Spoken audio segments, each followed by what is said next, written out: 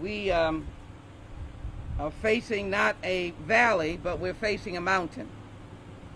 I do want to thank all of the members of God's grace,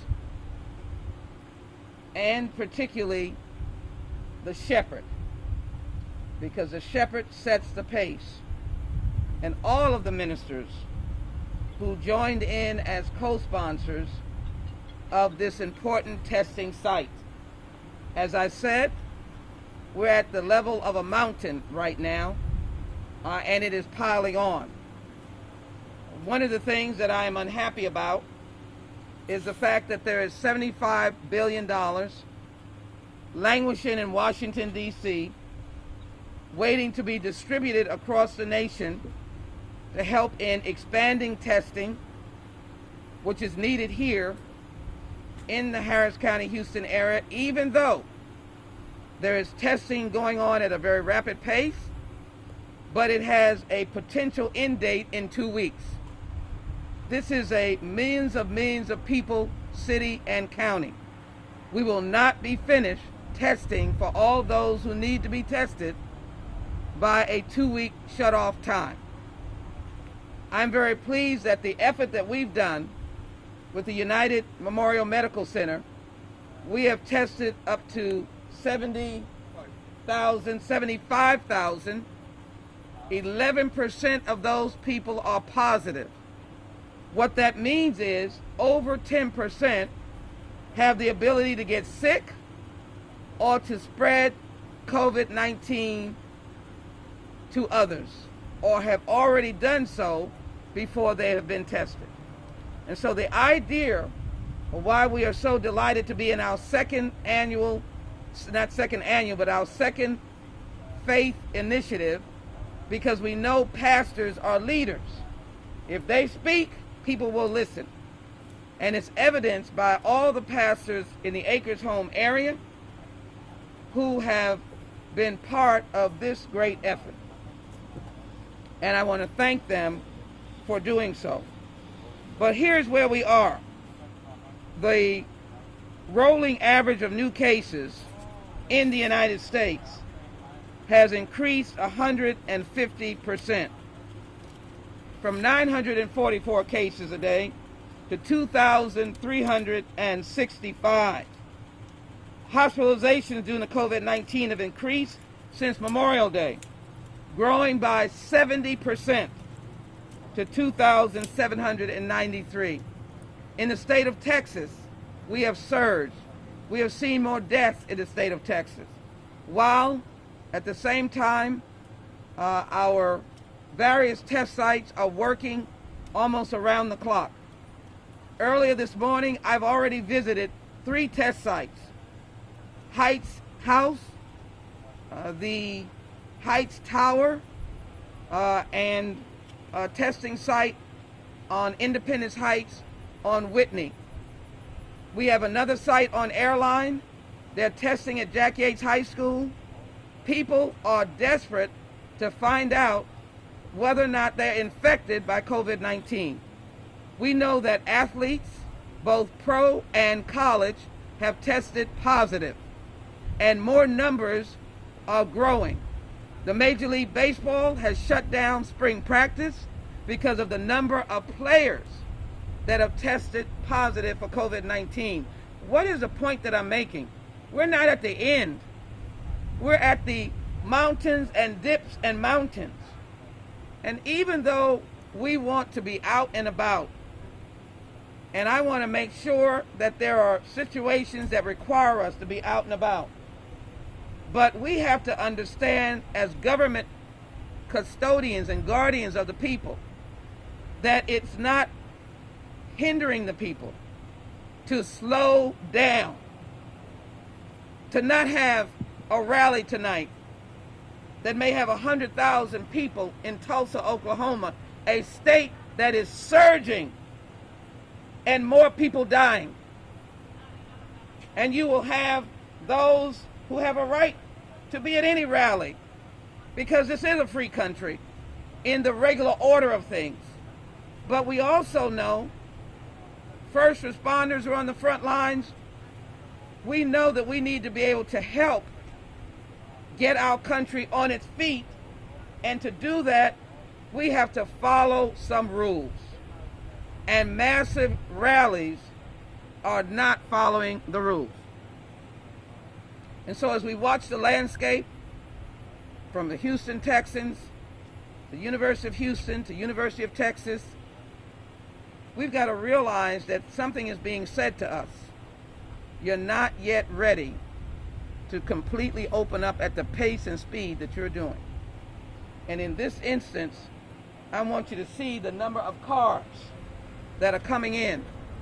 They are lined up, as I said, 5 blocks.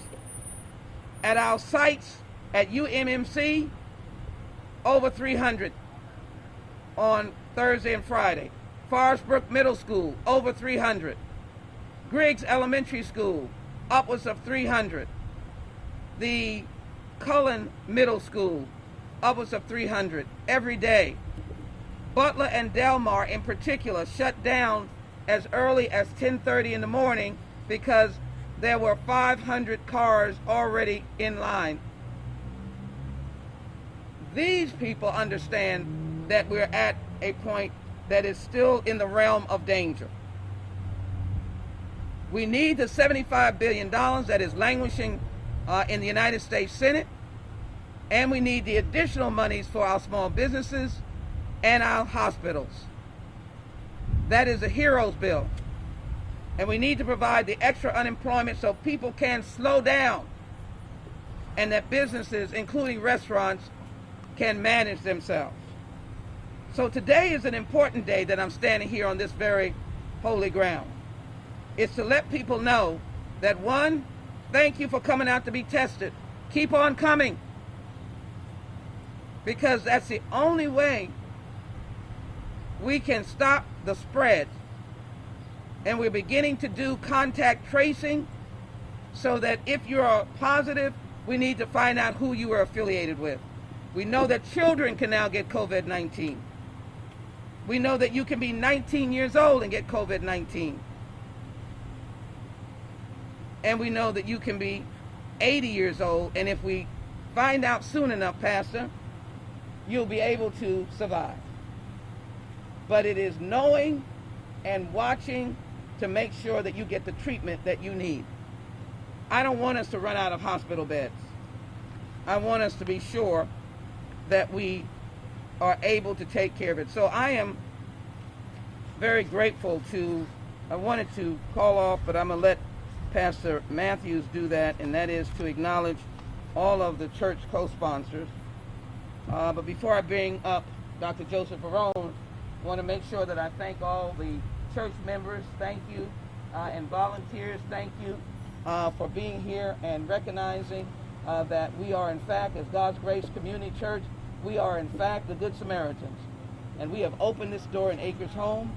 Garden City is across. We're going to walk across here in a minute, try to make some noise over there for them to come on out and be tested that are not in the cars, because we do have the ability for them to walk up. So let me just do very quickly and thank the senior pastor of this church first to be the first pastoral speaker, and then we'll call on my good friend Pastor Perry.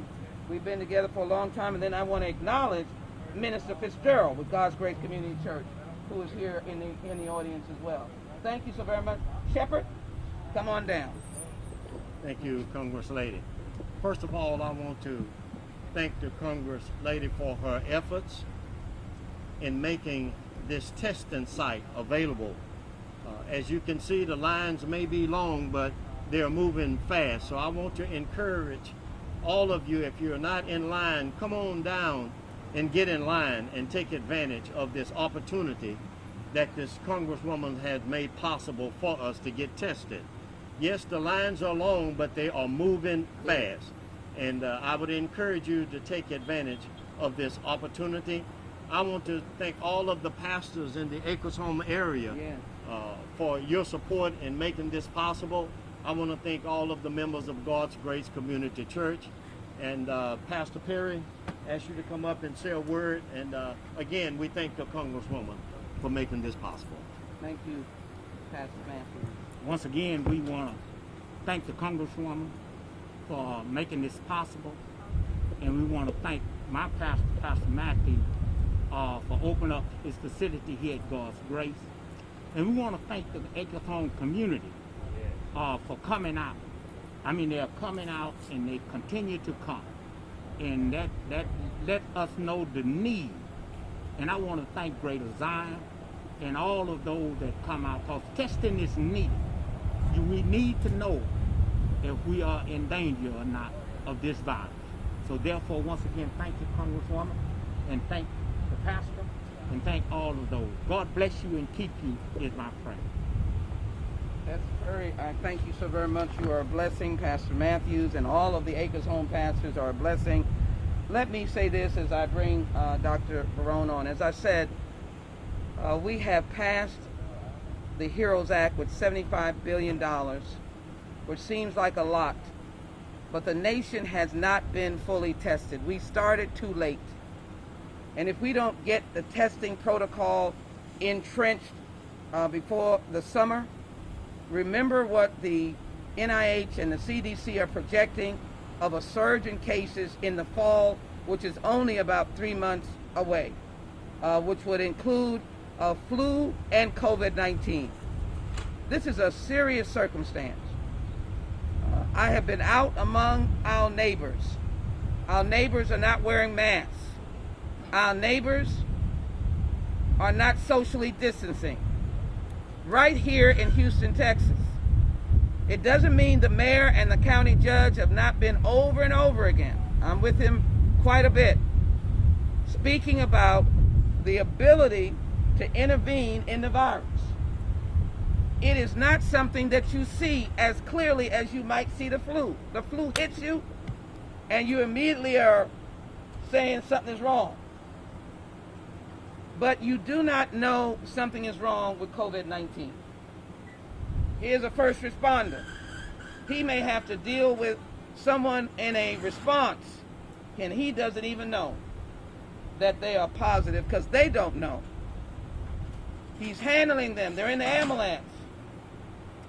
People, you've got to understand. You can't say, it doesn't bother me, or I don't have it. Hear my voice. We had Juneteenth yesterday. It's the summertime, the first day of summer. Please know when you have large groups, there's going to be an infection. It's going to spread. I thank the pastors for adhering to social distancing, either through virtual or the way that they're doing their ministry. And thank God some of them have said that my ministry has exploded with the virtual because people are longing for faith. So we've got over 2 million cases. We have over, probably at this time, 120,000 deaths. We are projected to possibly go up to 200,000. That is not a non-serious issue for the United States. And one medical professional who has developed a deep understanding of COVID-19 from the very beginning, and as I thank him for his leadership, and Saeed Mohideen and the United Memorial Medical Center, it is important to note that we have opened 10 different sites under UMMC that has, thank you, and I was not using the testing, 10 different sites in different places, some who have continued to be open, but others where we have gone to make sure that we've gotten help. And we ask those places, if you need us again, to call Jacinto City. And that's why these other sites that we have before, to let you know where else we have been today, which, as I said, includes the Heights Tower, the Heights House, the Senior Citizen in Independence, and as well Katrina, which is a housing for senior citizens, and Jack Yates, that we are going to all over the community. But again, if you don't help us by getting tested, we are going to have a difficult time in helping you. Dr. Barone, you have spoken about this. We opened the first center on March 19th. And the one thing I want to say that I think we were very wise, we opened our center with not a lot of fanfare of pre-registration. That has been our model. We don't ask anybody to pre-register. That sends people away in many instances. And we do not ask, there's no charge.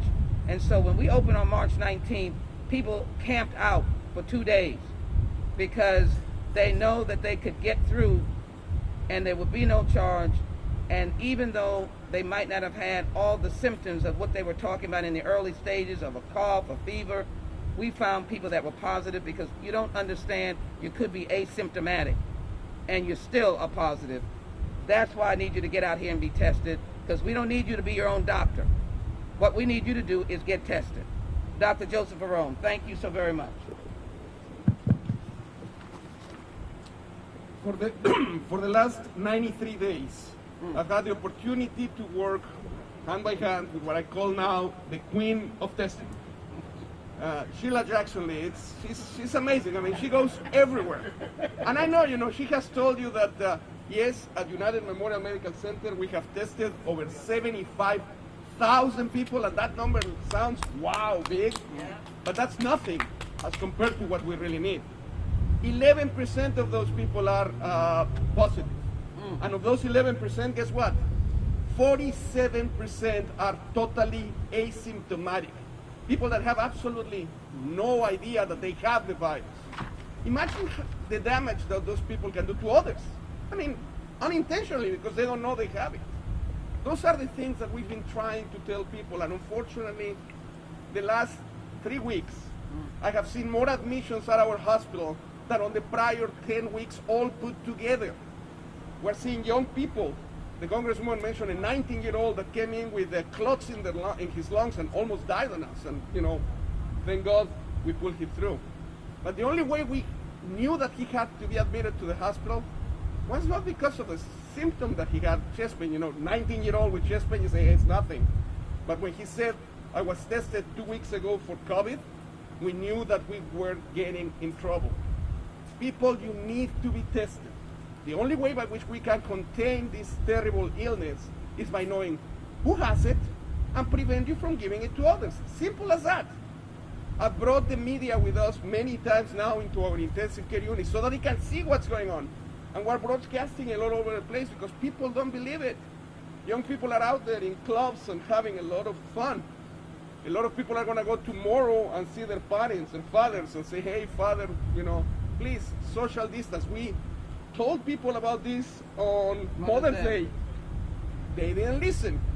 A week and a half later, I was having the ladies coming in, the mothers and the grandmothers, very sick to the hospital. So tomorrow, Father's Day, please keep socially distance from your father. See them if you want, but keep your social distance. Wear your mask. I know what I'm telling you. I don't want to see your fathers or anybody similar to that in our hospital. And more importantly, as we approach the 4th of July weekend, I know that we all have a little bit of a cabin fever, but please be careful, just like the Congresswoman said. Thank you. Thank you very much. And if you're outdoors, that's what everybody's going to say, well, I'm outdoors. But if you break the social distancing, you're still creating an atmosphere for you to be infected. And I thank you, Dr. Verone, for really the life-saving efforts that you've made on many that you've encountered with this COVID-19. And let me just add, today we're giving out food boxes, we're giving out masks, because it just breaks my heart. I'm just walking by stores, nobody has a mask. And we have just issued, as I understand, a requirement for masks. Please get your mask. Finally, it is Father's Day. You are family, but you don't live in the house with your father. You've come from somewhere else. And the fact that you've come from somewhere else, yes, you need to wear the mask in the house when you go to be kind to your dad. And the reason is because that's not where you live. And you may not be tested, or you were tested 5 weeks ago. Please wear your mask and do one of these and make it a good thing. Make it a good thing. in order to be able to have some fun, do this so that we don't hear about Dad having to come to the hospital. I do want to, we're at the end of the conference. I'm going to see if there are any questions, and then I want to acknowledge this wonderful team from way north Texas. They've come all the way from way north Texas, but I just want to see if there are any questions. Yeah, some of the requirements, you said you are allowed walk-ups here. Is that true? Yes, Can you we do. clarify that? Yes, we did it before. We were at the Prince Complex in 5th Ward last week. We had walk-ups, and it was very, very effective. And so we want to make sure everybody knows, and we'll be here till 5 o'clock, that there are walk-ups. We don't want to leave anyone out, and we have a system for the walk-ups to come up. We have masks for everybody. We have food for everybody if you'll walk up, and then there's some giveaways of towels and all of that. We just want people, that's Father's Day, paper towels and all of that. Want to make sure Father's Day know that we're giving them something extra. Father's Day paper towels. Making sure that, so if you have a father, we'll give it to you too. If you love your father, we'll give it to you. But if the father's in the car, we're giving it to them. Okay? We want to make sure that, so there are walk-ups, and we want everybody to realize we're not through this. Somebody said it was going to puff go away. Just miracle. And in the hot sun, it's going away. It's the hot sun. It's going up. And one of the reasons is because we've got to get good messages from Washington, but we in the local area, and even as I come back from Washington, I keep the same message of my local constituency. Wear a mask, social distance, wash your hands, and remember, everyone can be a carrier without knowing. I want the media to do it, law enforcement, firefighters, and just plain old folk. Because the trajectory is that we're going to lose more life, and I happen to be someone that Americans have always had this tradition. We value a human being, and should. That's what we're working on, to make sure we value human beings. And with that in mind, we must take heed. So let me, any other questions? No, ma'am. So let me, this is a surprise. I'm going to do this because they have traveled. How many miles away do you think you are from Houston, sir? Over 200 miles. So we traveled over 200 miles. They're from Lancaster Police Department. And this is Ms. Hernandez? This is Ms. Hernandez. This is how far this love and this understanding of Black Lives Matter goes. This is Ms. Hernandez. And this is it Officer? Is it officer or another rank? Officer. It's Officer Officer Sparks. There is a detective there as well who's come down. Let her wave her hand. But in any event, the idea of the magnitude of the murder of George Floyd has been powerful. This is Officer Sparks from Lancaster Police Department in Texas. They just knew that we might be here today. They want to make sure that this gets to the family. They wanted to find a way to get to Houston and ensure that that would happen. I want to thank them for doing that. This is Ms. Hernandez. It shows that we're all part of the human family, and Ms. Hernandez has painted this tribute to Big Floyd, and they brought it all the way from Lancaster, Texas, and we want to make sure that at the appropriate time that we will be able to give this to the Floyd family, for them to be able to give this as they so desire. As you well know, there are murals in the 3rd Ward that people have been going to. I went to the mural last night. This is a teaching tool. This is an effort to bring unity. This is an effort to show that lives matter and Black lives matter, and we're not afraid to say it. And this is Ms. Hernandez, because she knows that all people of color are subjected to disparate treatment sometimes. And we all have to speak together as a human family, no matter what our color is. But we know in this instance, he exhibited that Black lives matter. And so Officer Sparks, we are delighted to have this presentation.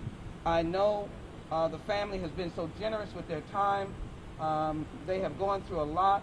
The funeral was just a week before last. We are praying for them. We want them to be strong, and I will assure you that they have seen this or will see this, and we want to give them the moment. Officer, let me just tell this story. Officer Sparks indicated for information that all of the Lancaster Police Department knelt in front of this portrait to show their unity with their community, their unity with American values, because I don't want us getting divided about it's them and us, their unity with American values, and that they did not condone what happened to George Floyd. Is that not powerful? That is powerful. I want to be able to applaud them. That is powerful. And to drive this long distance is unbelievable. But Houstonians, I want you to know that there are people all over the nation, all over the state. And as you well know, George Floyd grew up in CUNY Homes, went to Jack Yates, and that's where the murals are. And I want you to know all the people around there, they welcome these tributes. And so we honor you, Officer Sparks, for coming. Ms. Hernandez, we honor you. We thank you so very much. Do you want to say something?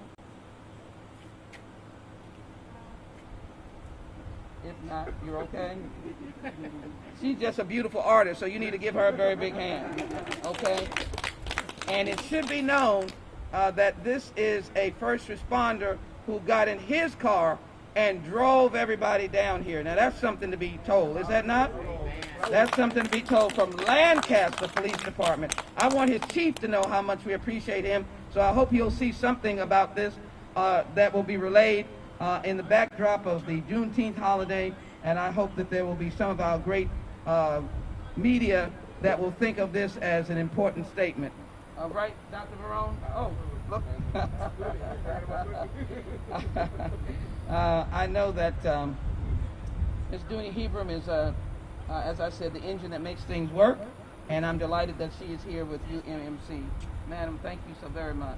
And you see how it's working here. And this is our second annual, I think, where's Pastor Matthews? He's out working. But anyhow, Dooney was the contact, and her word has been made true because she made a promise to this great church, and I'm grateful to her.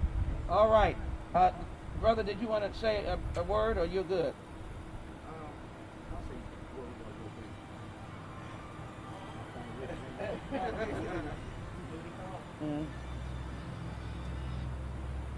All right, then we're finishing, my brother, because I know that.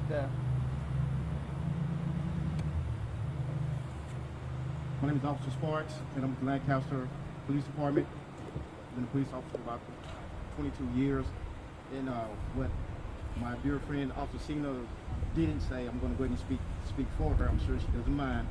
But on behalf of Officer Cena, who's the artist, amazing artist of this painting, she's wanting to donate this not donate, but give this painting to the family, and to just show that even places far away, even 200 miles away, that all of us are concerned, all of us do care about every citizen, and that we stand as one. All of us are united for this coming cause. Thank you. Thank you. Let us thank Officer Sparks, the Lancaster Police Department, and Ms. Hernandez, and the detective that is here with us, and her cousin, for driving down. And you know what? Houston Hospitality, we welcome him anyway and anyhow. And they came to your church. So we are delighted to welcome them here. If he has no further questions, then I'm going to say to each and every one of you, to God's grace, to UMMC, no one can top you. We are blessed by you. To my dear cousin and sister, we are grateful for her leadership. I was with her about 2 weeks ago. But we're going to be testing. My final words are, we're going to be testing. I go back to Washington this week. We're going to reinforce, we need the $75 billion. We are not finished testing. We have got to get the compensation for our hospitals to be able to provide for those who do not have health insurance, because they're going into the hospitals, and we must be able to provide for them. Happy Father's Day to everyone. These are fathers out here. I knew that was going to, these are fathers out here. We're testing all around the city right now, but these are fathers out here, these are families out here, and we're going to make sure that Houston is on record and Harris County for following the rules and bringing down our surge that we have right now, but only if we work together. Thank you all so very much. God bless. Happy Father's Day, and God bless the United States of America. All right. Thank you.